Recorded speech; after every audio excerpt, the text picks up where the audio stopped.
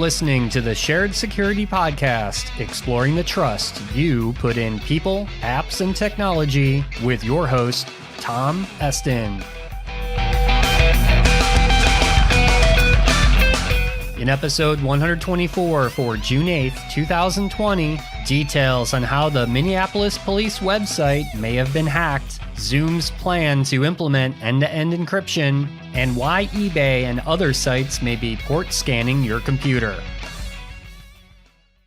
Wireless technology such as Wi-Fi, Bluetooth, and RFID are integrated into every part of our daily lives. In fact, because everything these days is wireless, we can often take the security risks for granted. And if you're looking to have the ultimate peace of mind, you should strongly consider the use of a Faraday sleeve. A Faraday sleeve blocks all wireless signals, which makes any wireless device completely undetectable. And using a Faraday sleeve is so much faster than disabling the wireless on a laptop or smartphone. Just place your device in the Faraday sleeve for instant protection. And if you want the very best Faraday products on the market, then you'll want Silent Pocket. Visit silentpocket.com and check out their full line of Faraday products and receive 15% off your order using discount code SHAREDSECURITY.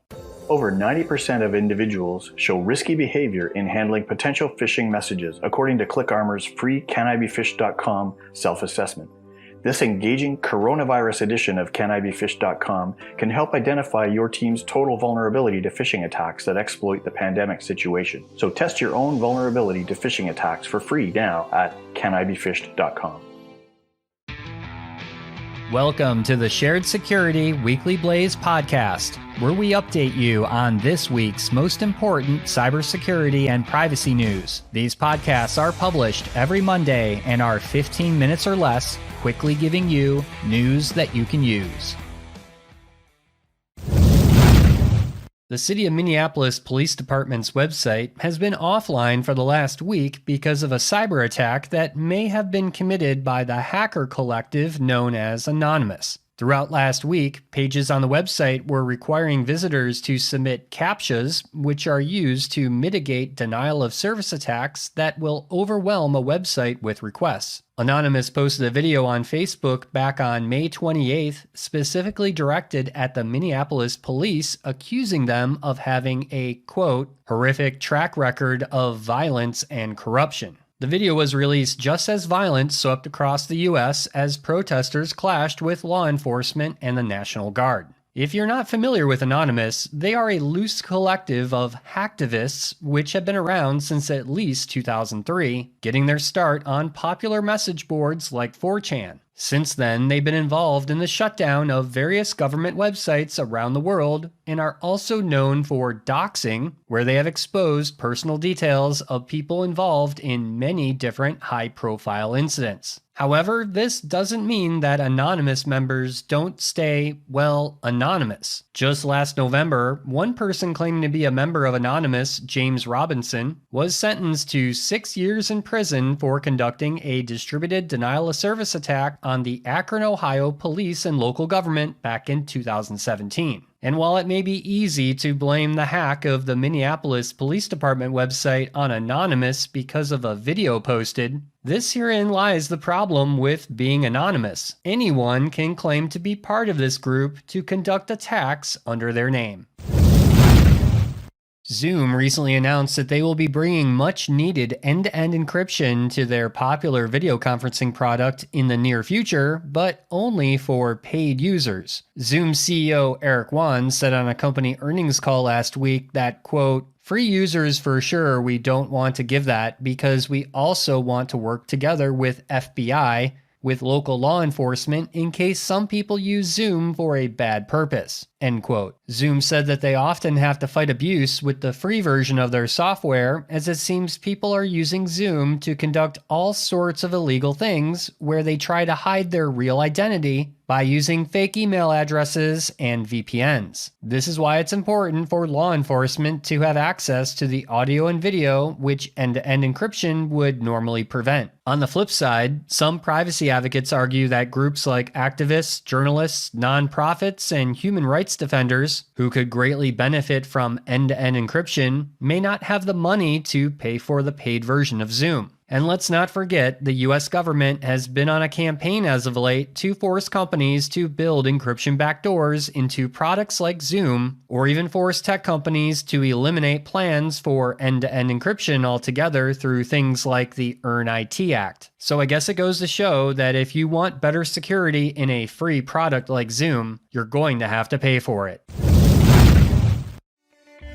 And now a word from our sponsor, Edgewise Networks. The biggest problem in security that remains unsolved are flat networks in cloud and data centers, with unprotected attack paths that allow threats to move laterally to cause data breaches.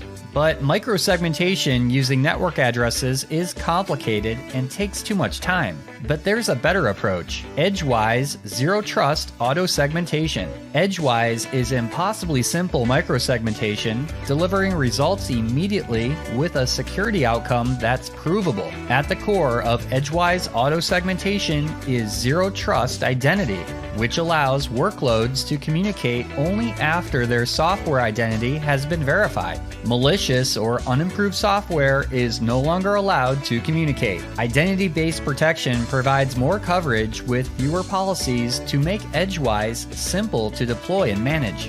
No changes to the application or network are required. One solution protects virtual machines and containers in the cloud and on-premises. To stop lateral threat movement and prevent breaches, visit edgewise.net for a demo and to see results within minutes. The other week, a security researcher made an interesting discovery that eBay was port scanning visitors' computers when they browsed their site. This is actually true, and to the surprise of many people, is actually more of a common practice than we all thought. So why would a site like eBay be port scanning your computer? Well, it comes down to preventing fraudulent bids and transactions. You see, eBay has a huge problem for years with remote access programs like TeamViewer, which have been used through compromised computers to conduct fraudulent transactions. Since almost all eBay users use a web browser to buy and sell on eBay, if an attacker can take remote control of a user's computer, they can leverage this to access eBay. In addition, there are many other types of malware that use network ports to conduct what are known as man-in-the-browser and other bot attacks that masquerade as real user behavior. Now, to many, port scanning your computer without permission is a very invasive tactic and does raise concern from both privacy and cybersecurity professionals. And it's not just eBay doing this. Last week, it was reported that many well-known websites are also using these same techniques in what are called fraud protection scripts